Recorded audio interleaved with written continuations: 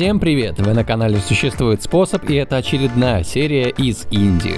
Да, пробыв 3 недели в Пакистане, мы возвращаемся в Индию, чтобы познакомить вас с другими штатами.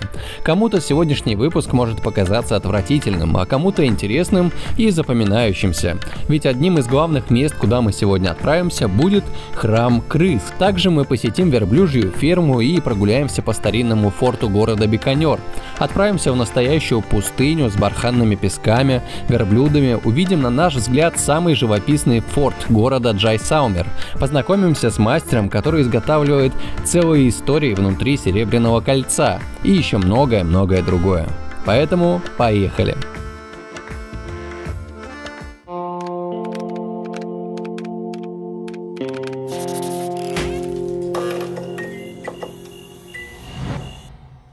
В 30 километрах южнее города Биканер находится удивительное место, точнее, наверное, с удивительным храмом. Городок этот называется Дэшно. Построен он в честь богини Дурги. Это одна из самых уважаемых богинь в индуизме, и у нее огромное количество последователей по всей Индии, да и в целом даже по миру. Храм крыс был построен более 600 лет назад в честь богини Дурги. Воинственная богиня призвана наводить порядок в мире путем борьбы с бедностью и страданиями. В отличие от многих мифических божеств в индуизме, богиня Дурга в результате одной из земных реинкарнаций была воплощена в теле девушки по имени Карни-мата. Однажды случилась беда. Один из 4 пасынков Карни-маты утонул в священном озере. Женщина обратилась к богу смерти, Яме, умоляя вернуть ее ребенка. Однако Яма не внимала ее молитвам. Карни-мата разгневалась и обрекла всех своих потомков на жизнь после смерти в обличии крыс, таким образом избавляя их от царства Ямы. В храме все устроено для крыс. Несколько десятков людей без перерыва готовят еду в специальном подсобном помещении. Питаются они сами из того же котла. И поваров совсем не смущает, что грызуны бегают прямо по муке для лепешек. Для крыс несколько раз в сутки выносятся большие чаны с молоком и водой. Впрочем, перерожденные никогда не будут голодными, ведь паломники несут для них сладости в бесчисленном количестве. Если вы боитесь грызунов, боитесь мышей и крыс, то это место явно не для вас. Думайте несколько раз, прежде чем сюда ехать, и, возможно, даже смотреть это видео. Ну и, собственно, эти потомки как раз-таки живут вот в этом храме, в обличии крыс. И их здесь уже насчитывается порядка 20 тысяч. За счет вот этой сетки, которая натянута по периметру храма, грызунов, то есть последователей и потомков богини, защищают от хищных птиц. Совершенно спокойно вот так вот можно подойти к грызунам, можно сказать, на расстояние вытянутой руки, и они тебя совершенно не боятся. Кстати, кто присматривает за храмом, сделали вот такие вот специальные отверстия, лазы для грызунов. Во-первых, этот лаз помогает им быстрее перебираться с одного помещения в другое, а во-вторых, в жаркое время, когда летом невыносимая жара стоит, они могут там прятаться, и им там вполне себе свежо. Прогуливаясь по территории храма, нужно быть предельно внимательным. Если кто-то из посетителей по неосторожности наступит на крысу и та умрет, то виновник гибели животного должен будет заменить погибшую особь, но уже фигуркой грызуна из золота или серебра. Чего не говори, но традиции и обычаи Индии иногда слишком поражают. Для европейца жизнь посреди грызунов кажется чем-то ужасным, но только не для самих индусов. Именно в этот момент понимаешь, что религия и культура здесь имеют куда большую силу, чем этикет или гигиена. Тем более от контактов с грызунами здесь еще никто не умирал.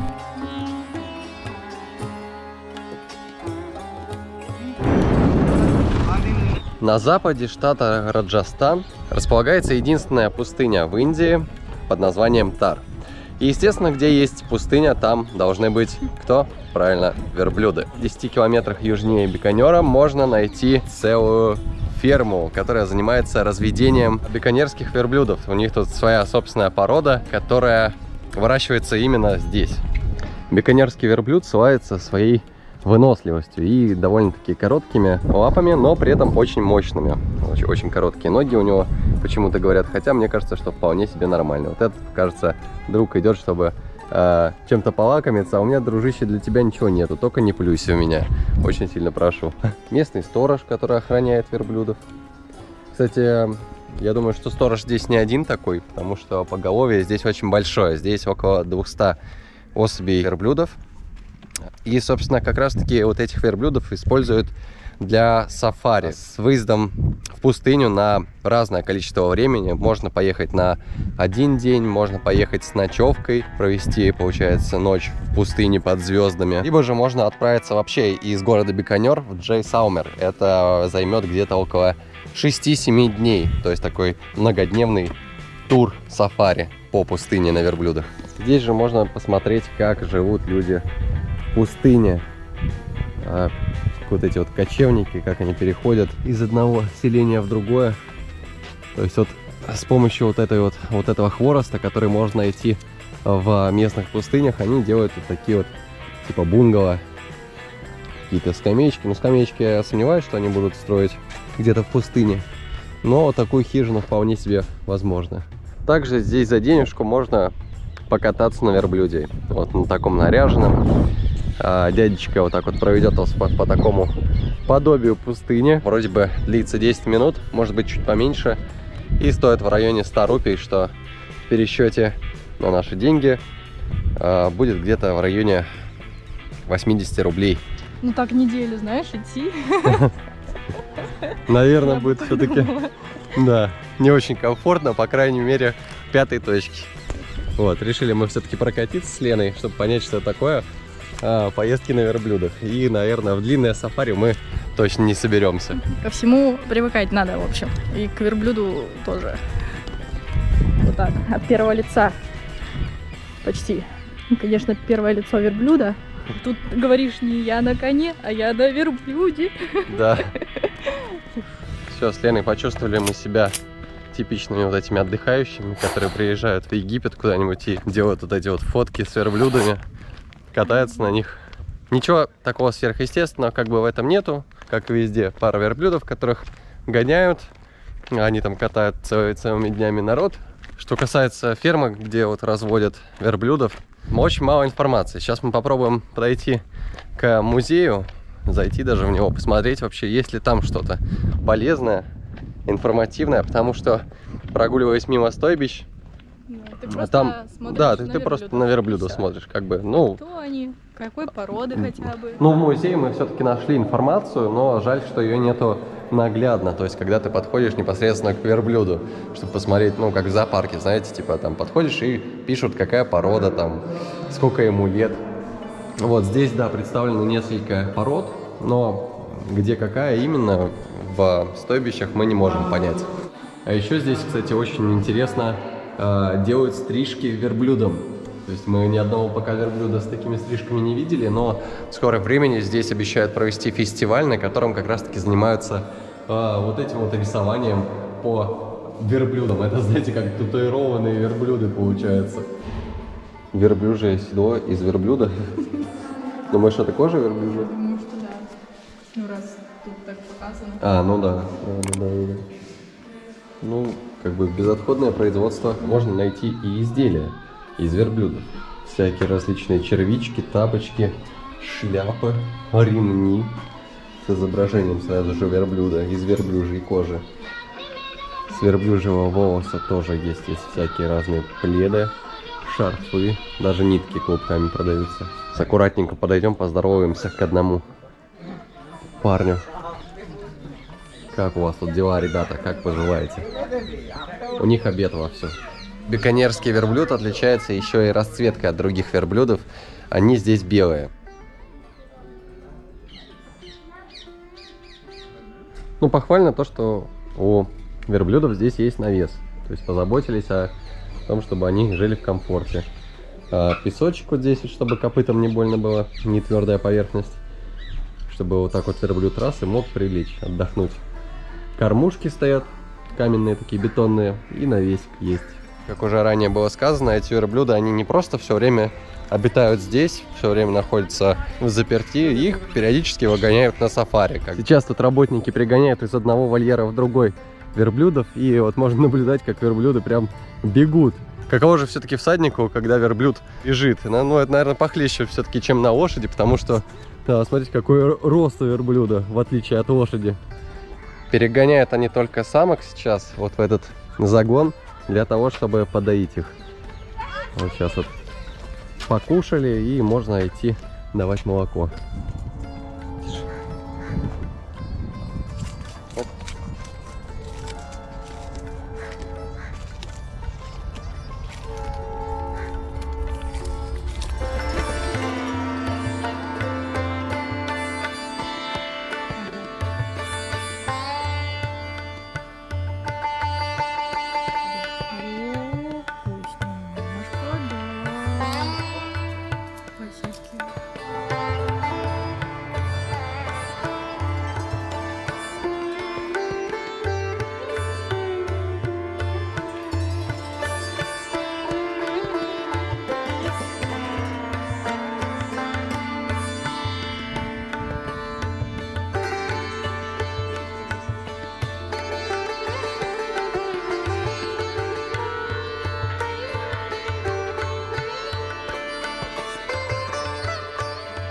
Сейчас мы с Леночкой пришли в форт города Биканер.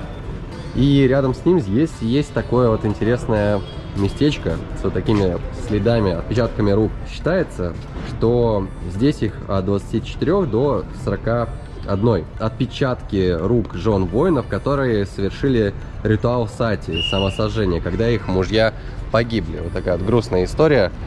Здесь у нас располагаются золотые ворота от Биканерского форта. И сейчас мы попробуем пройти вовнутрь. Ну, форт внутри очень красивый. Особенно вот меня привлекают вот эти вот двери огроменные. Посмотрите, насколько гигантская дверь на таких двух петлях. И, что примечательно, здесь она даже вот с такими шипами металлическими обвязана. Они, наверное, кованые, судя по всему, на той двери и на этой двери. Очень красиво выполнен внутренний фасад форта. Идет такой архитектурный пояс, и посередине вставки с решетками джали. Это такие каменные решетки, которые характерны именно монгольскому периоду правления. То есть тогда они были очень популярны, и это, можно сказать, такой своеобразный неповторимый стиль. Все самые интересные места, они находятся вдали от цивилизации, так скажем. А вот это брошенный корпус форта.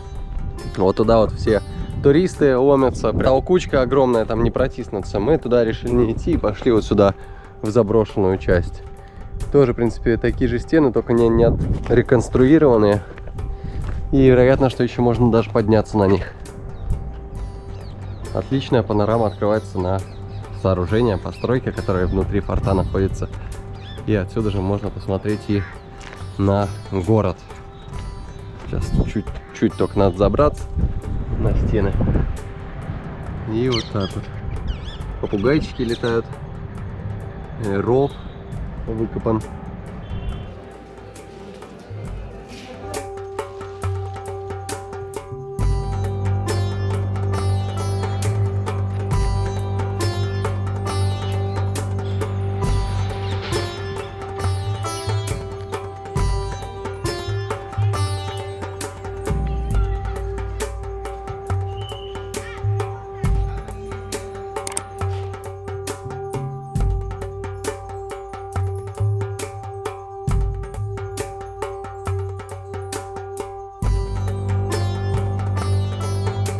Те, кто смотрели наши выпуски про Пакистан, наверняка могли заметить, что архитектура в этом городе тоже очень схожая с тем, что мы видели в каком-нибудь Лахоре.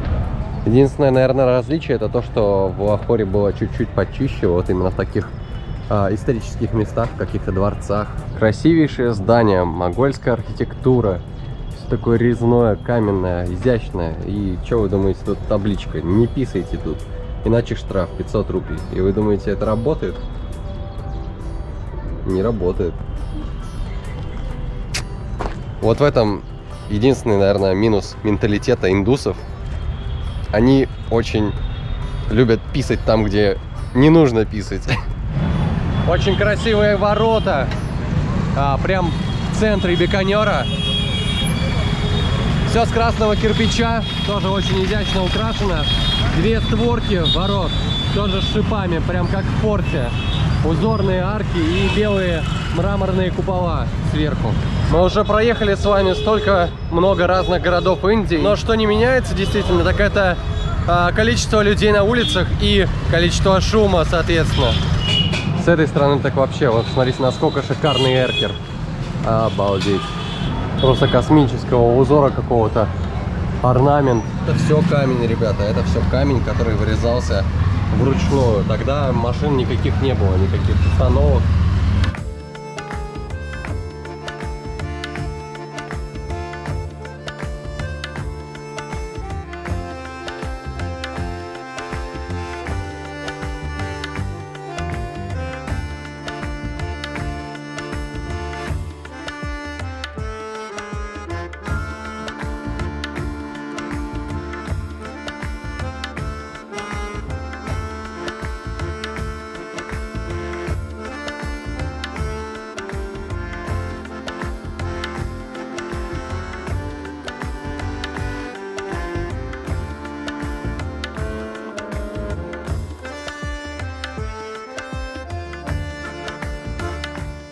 Мы с Леночкой приехали в Джайсалмер.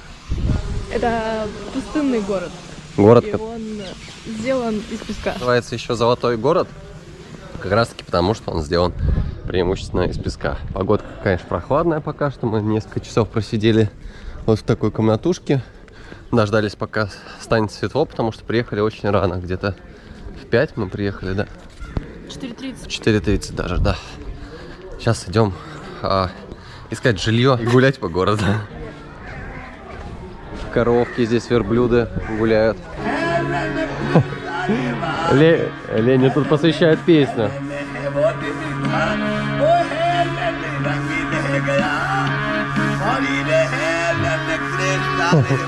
Такое чуть-чуть, может, денежку ему дать.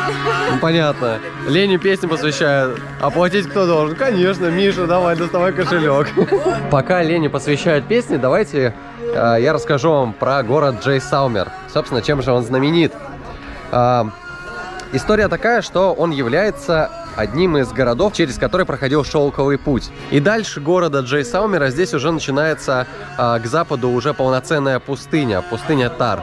В принципе, вот эти вот все постройки, которые можно видеть вокруг, это все как раз-таки сделано с песка, который находится в пустыне. Город Джайсалмер по этой причине называется Золотым городом из-за необычного цвета построек. Но почему же все-таки выбрали именно это местоположение? Почему же здесь проходил шелковый путь? Да, все потому, что здесь находилось озеро. Озеро, возле которого можно было пополнить запасы воды, можно было напоить скот. И вот, собственно, мы к нему сейчас и подошли. Называется озеро Гейдизар. Сейчас оно вообще считается как бы священным, да, и тогда, наверное, тоже. В принципе, любой водоем в засушливом климате в пустыне считается священным. Единственное, за что не можем похвалить это место, это за огромное количество мусора прям по берегу. Да, показали вам озеро, и постепенно пройдемся по окрестностям городка, посетим форт и даже выберемся в самую настоящую пустыню. Если же раньше это место имело чисто технический характер, чтобы набрать воды, попить самим и напоить скот, то теперь это просто место, где собирается множество туристов, которые съезжаются сюда со всей Индии, чтобы поучаствовать в сафари, которое здесь также организуют в пустыне Тар, и для того, чтобы просто окунуться вот в эту вот жизнь, можно сказать, среди песков пустыни. Эти местные мастера-умельцы очень красиво делают вот такие вот дверные ручки разных видов. Здесь вот в виде слоника. И за хобота вот так берешь и открываешь. Здесь из разных буквок собирают себе браслеты именные. Такие вот квадратики. И из них девчонки собирают твое имя. Лена, как обычно, зависает на платьях, на всяких одежках, и выбрать все равно ничего не может. Верблюды собраны из всеразличных запчастей, деталей каких-то, и ночью они еще подсвечиваются лентой светодиодной. Также здесь вот можно пофотографироваться. На самом деле местечко реально вот такое прям туристическое, можно сказать, даже попсово-туристическое. Очень много людей сюда приезжает. Даже в поезде, в котором мы сегодня ехали, Прям дофигища народа ехали чисто отдохнуть сюда на несколько дней, на новогодние. Да, у нас сейчас на дворе 30 декабря, завтра Новый год, вот поэтому сюда стянулось очень много народа. Ворота, которые располагаются возле озера, вот там вот озеро у нас, и вот это вот ворота, которые подводят к нему. На самом деле у них довольно-таки интересная история, и они были построены одной из любимых проституток тогдашнего царя. Звали ее Телия, и она была довольно умной, и однажды с ней приключилась довольно-таки забавная история. Сейчас расскажу про нее. Пройдемся как раз-таки в эти ворота и покажем все это. Жены правителя приревновали монарха к Телии и стали требовать разрушения ворот. Мол, что они построены проституткой и что, ну, не подобает, типа, царю ходить к священному озеру через эти ворота. Потребовали разрушить эти ворота. В свою очередь, Телия была довольно-таки умной, как я уже сказал, и постоянно жертвовала деньги брахманам. И вот за ночь до того, как ворота должны были разрушить, в них привезли статую Кришны. И брахманы провели священный ритуал. После этого ритуала место становится священным, и его нельзя разрушать. Таким образом сохранились вот эти вот ворота. А для монарха сделали просто отдельный вход. Для монарха и для его семьи. Визитной карточкой города Джайсалмер является, конечно же, его форт, в который мы сейчас с вами зайдем и посмотрим его. Но то, что можно наблюдать уже даже отсюда, это вообще прям не укладывается в голове, как такое можно было построить. И все из песка, который находится в пустыне. Примечателен форт тем, что здесь, в Джайсалмере, проживает порядка 50-60 тысяч человек. И около 3-4 тысяч живут все еще внутри форта. То есть это редкая особенность для фортов Индии. В большинстве они просто имеют музейный характер. А тут прям внутри можно будет увидеть жилые здания. Реально фантастика, ребят. Форт максимально живой, потому что вот этот проезжают местные жители, в частности. Ну и как все выполнено, это просто не передать словами, насколько здесь красиво. Единственное, что, конечно, мешает, это огромное количество людей. Чтобы попасть внутрь форта, нужно пройти несколько вот таких больших-больших ворот. Датируют постройку города 1155 годом нашей эры. Но изначально город Джайсалмер располагался именно внутри вот этих стен форта. И тот город, который уже мы видели ранее, это уже то, что разрослось. Из-за того, что стало очень много людей внутри форта, город начали строить снаружи. Стены форта днем окрашены в светло-коричневый львиный цвет. Ближе к вечеру он становится, можно сказать, таким сливающимся с пустыней, то есть маскируется. Форт находится посреди песчаных просторов пустыни Тар. А также он располагается на холме Трикута, поэтому также известен как Трикут-Гарх. Но форт очень хорошо сохранился, в прекрасном состоянии, даже учитывая тот факт, что несколько лет назад здесь были серьезные проблемы с канализацией и водоснабжением. Собственно, коммунальные службы недобросовестно выполняли свою работу, проложили прям внутрь крепости водопровод, канализацию, и со временем она пришла в негодность и стала подмывать стены форта. И несколько стен даже из-за этого разрушились. После этого за восстановление и контроль взялись всемирные организации по восстановлению объектов ЮНЕСКО, и они привели в порядок. Даже туристов, которые останавливаются в хостелах, которые находятся внутри форта, их просят экономно расходовать воду, чтобы тем самым не навредить вот этой постройке. Мы тут с Леной встретили удивительную локацию. Здесь местный какой-то художник расписывает вручную футболки вот так, с такими интересными принтами. Да, это все ручной рисунок, скорее всего, акрилом. Какие-то открытки, картины пишет, причем вообще фантастика. Внутри форта располагается вся необходимая инфраструктура. Несколько храмов есть даже какие-то больницы, аптеки. Ну, в общем, все общественные учреждения, которые необходимы, даже школы есть. То есть, в принципе, город вполне себе сохранил автономию, он был несколько веков назад. Местные жители как раз-таки занимаются тем, что промышляют, торгуя всеразличными товарами, одеждой, сувенирами и прочими штуками, которые пользуются спросом у туристов. Ну вот это, конечно, цвет вот этого песчаника, вот этот желтый цвет, он, конечно, фантастически окрашивает город. и действительно понимаешь, почему он называется золотым. Много зданий украшены резьбой по камню. Вот, например, вот здесь вот вообще это прям фантастика. Насколько все красиво, детализировано. Вот эти вот узоры, рисунки, просто класс. Вот это уже больше похоже на как раз таки жилые дома. Вот здесь вот кто-то ремонтом занимается, стройкой. Такой уже более грубый кирпич. Видно, что что-то новостроенное. Ну да, прямо вот здесь и живут люди.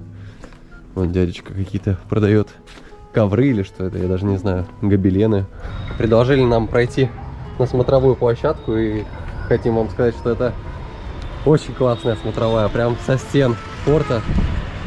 И открывается вид как раз таки на весь город.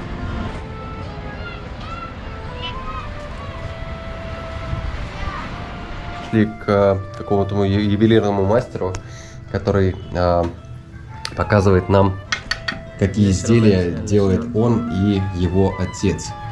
То есть он нам сейчас показывал, что вот на этих 3 кольцах есть изображение.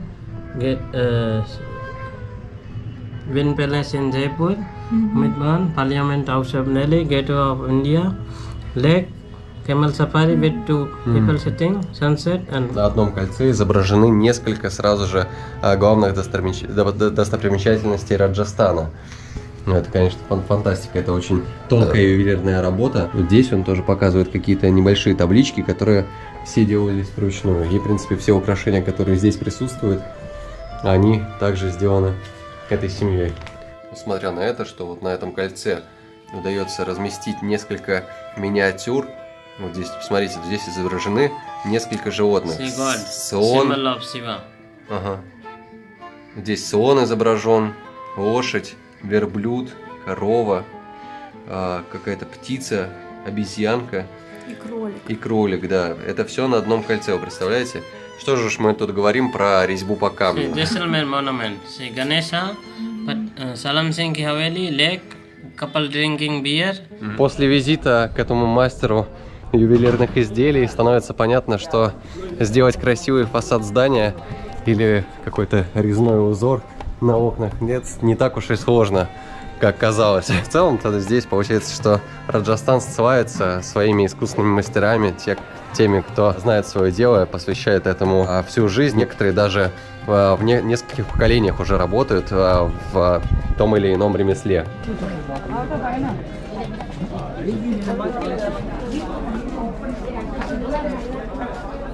Слоны. Ну и, наверное, самая главная изюминка форта — это вот этот индуистский храм. Просто фантастика. Тоже из песчаника, из этого камня. Творение тут невероятное. В принципе, такое же, как и сам храм. Но это вообще, это что-то с чем-то. Я сейчас вам покажу поближе, вот там вот резные колонны. И, ну, это реально отвал башки. Друзья, вот вдумайтесь в то, насколько долго приходилось все это делать, насколько детальна эта работа. И вот давайте посмотрим вот на эти вот колонны. Тоже насколько много деталей. Карнизы, узоры. Колонны все вырезаны, причем не просто поверхностный какой-то узор. Он здесь еще и скошен в нескольких направлениях.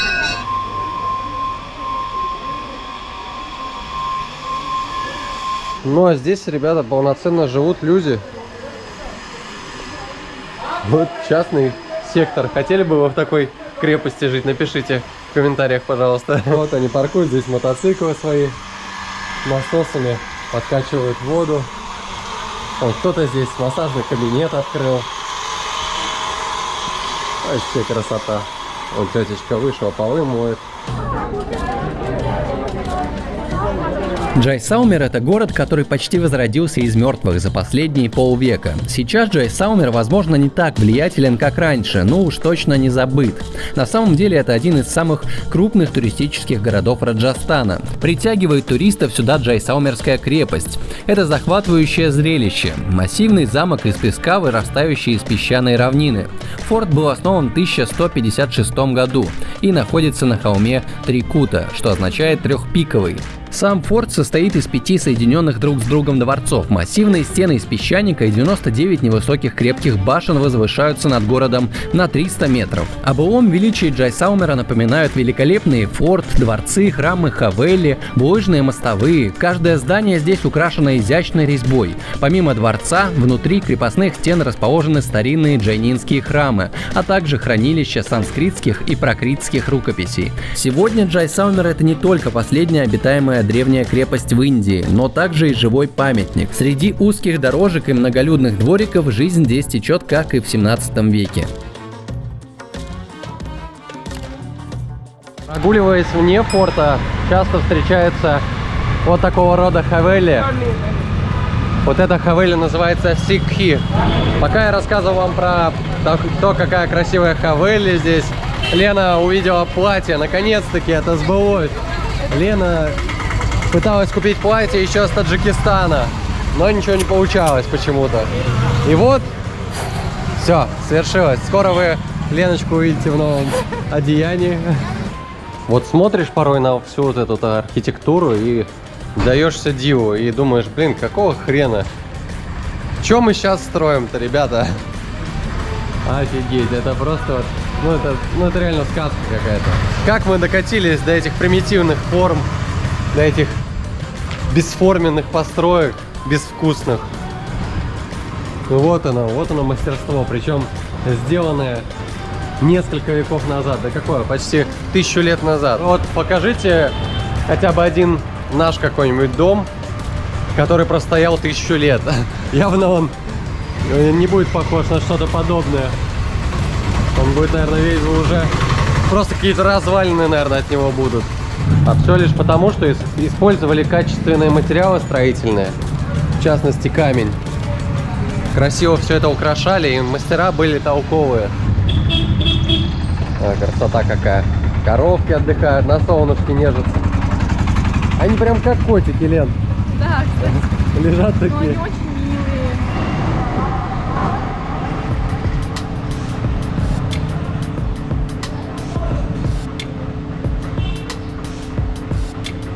А вот здесь, ребята, вообще теряется дар речи, реально. Ну, это просто надо видеть, насколько это красиво, насколько это детально, насколько это изящно. Мы, конечно, постараемся все заснять, чтобы это показать вам, но эту красоту надо видеть вживую.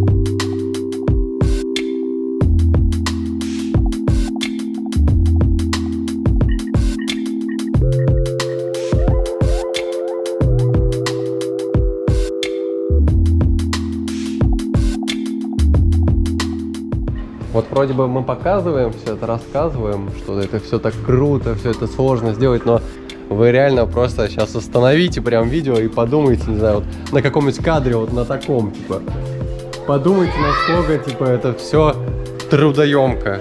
Это вообще жесть. Вот когда вот особенно здесь идешь, гуляешь, и приходят мысли осознания того, сколько времени было потрачено. Тут, вы понимаете, все дома практически вот в этом центре, в старом городе, они вот в таком стиле оформлены.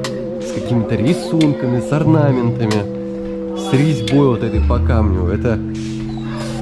То есть люди прям из кожи лезли вон, чтобы сделать вот такой вот офигенный дизайн. Ты идешь такой, а за углом бац! Здорово!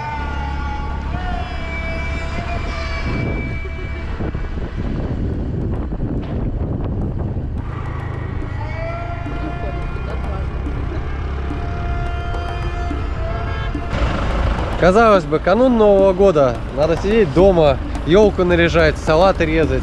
Так нет, индусы едут все на сафари. Загружаются вот такие джипы и отправляются по разным местам. Отправляются в дюны, какие-то древние поселения, где раньше жили кочевые племена. Честно признаться, у нас с Леной небольшое ДТП приключилось по моей вине. У меня хоть автомобильный стаж 10 лет без ДТП, но на мотоцикле все-таки у нас небольшая заминочка произошла. Немножечко столкнулись. И чтобы Лену успокоить, вот этот артист на заднем фоне исполняет на трубе. Ты счастлива, Лена? За любую музыку, как говорится, надо платить.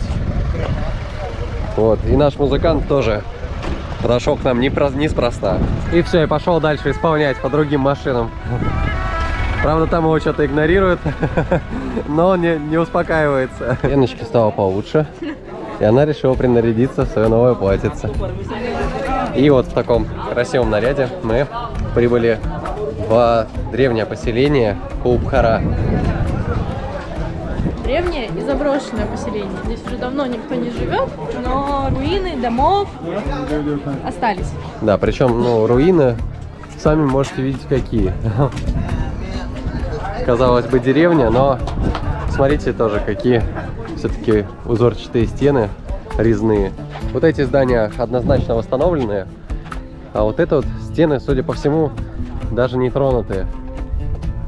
Может быть, где-то что-то как-то подлатали, но я очень сомневаюсь. И проезжая по дороге до этого поселения, часто встречаются еще жилые деревушки, в которых люди занимаются каким-то сельским хозяйством, разведением скота. Ну и как ранее было сказано, через все вот эти вот села, через вот эти долины раньше проходили караваны с разными товарами по шелковому пути. Построена деревня была в 13 веке и заброшена в 19. Есть несколько причин, почему ее забросили и люди ушли отсюда.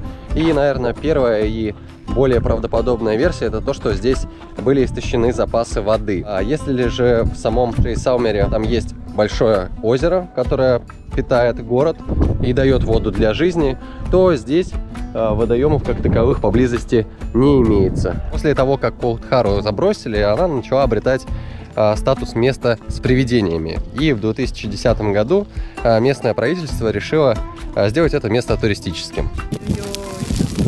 Вот так, товарищи туристы, поступают, бросая окурки или еще что-то. И вот теперь...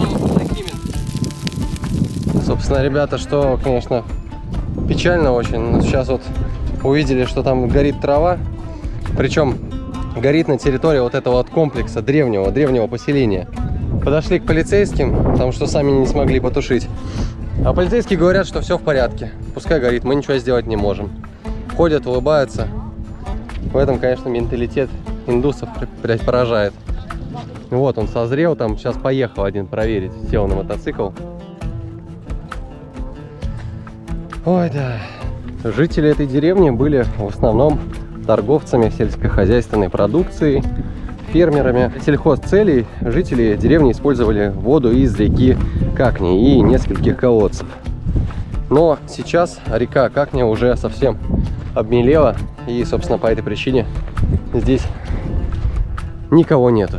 Какое-то время они еще продержались на воде, которую добывали из колодцев, но вскоре и она тоже закончилась, и поэтому им пришлось отсюда куда-то перебираться в новые места. Здесь же, рядом с Кулбхарой, есть еще одно удивительное место, и это сад кактусов. Целый сад, засаженный всеразличными видами кактусов. Но Лена говорит, что им воды явно не хватает. Да, они такие вот. Подсыхают уже, да. Причем, да, реально разных видов. Здесь такие плоские, здесь вообще какие-то зигзагообразные. А здесь прям такие, знаете, как из фильмов техасских. Большие-большие. Судя по всему, да, за ними никто не ухаживает. В общем-то, наверное, история такая же, как и с поджогом травы, с которой мы сейчас пытались разобраться. Как бы место есть, деньги собирают, а дальше зачем что-то развивать? Видимо, как в 2010 году посадили это все, сделали туристическим местом. более-менее привели в подобающий вид, и все, и после этого ничего не делали. Так бы их по-хорошему хоть немножечко, но нужно было бы орошать. Даже есть кактус на постаменте, на таком высоком, но тоже уже полузасохший. Смотрите, иголки какие. Они по сантиметров по 5 примерно. Мне кинулся. Ну, маленький, да. А вот сейчас проезжаем прям по жилой деревне. Вон там детишки сзади бегут. Причем недалеко, всего в 20 километрах от заброшенного села.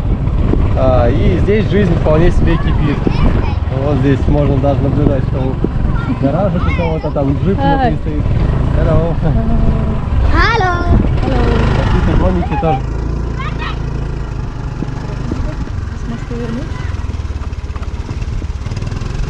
Ну вот. Деревня побывали. Стены, бетонная крыша. Все, короче, как несколько веков назад. Но мы продолжаем наше путешествие на нашем скромном мотобайке. И сейчас отправляемся в сторону пустыни, самой настоящей. Надеемся, что-то там будет, а не вот такое вот подобие пустыни.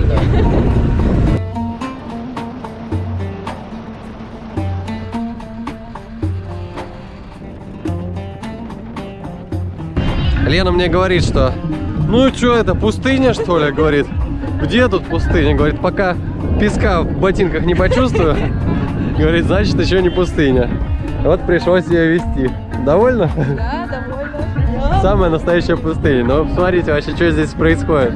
Ну, на верблюдах тут носятся. Бегают. Заманивает куда-то, говорит, что там очень интересно. Очень здорово. А мы вчера уже катались, так что мы просто посмотрим на пустыню. Да, собственно, это самая настоящая пустыня Тар. Прям пустыня-пустыня, без каких-либо зарослей. Вот там только какие-то колючки верблюжьи растут. И, в принципе, все, да. Вот здесь вот множество народа съезжается сюда на новогодние праздники, чтобы именно в пустыне, вот в таком необычном месте провести новогодние каникулы. Смотрите, сколько народа. Как бы пустыня уже даже не считается пустыней с таким количеством людей, верблюдов и машин вот с той стороны. И дальше этой пустыни уже начинается Пакистан. Эта пустыня плавно перетекает из Индии на пакистанскую границу. Буквально через какие-то 30-40 километров можно будет уже наблюдать пакистанскую границу. Туда мы отправляться сегодня не будем. Наша сегодняшняя задача была показать вам город Джайсалмер и пустыню Тар. Прикольно тут. Новый год вот в таком вот месте, можно сказать. Знаете, кто-то Новый год там в зиме, в холоде встречает, колотится, а мы тут это самое. Ну, мы как бы тоже подмерзли, пока на мотоцикле ехали. Это ж пустыня, вроде как, типа, здесь надо изнывать от жары. Не, ну климат вполне себе щадящий. Днем даже я бы сказал, что очень жарко.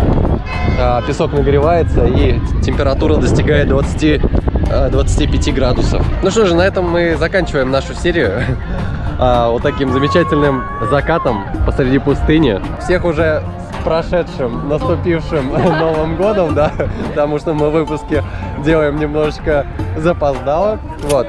Но просьбы оставляем те же. Мы для вас все сняли, все показали, что интересного можно найти на западе Индии. С вас лайк, подписочка, колокольчик, все дела. И в комментариях напишите, какие локации вам понравились из сегодняшнего выпуска больше всего. Все? На этом серия подходит к концу. Напишите в комментариях, какие впечатления остались у вас после просмотра видео. Что больше всего запомнилось. Поддержать нас можно донатом на карту в описании под видео. А уже в следующей серии мы отправимся в город, который знаменит своим голубым окрасом. Множество домов окрашено именно в этот цвет. Почему так? Мы решили разобраться и рассказать вам. Благодарим за просмотр, подписывайтесь на канал, чтобы не пропустить следующую серию.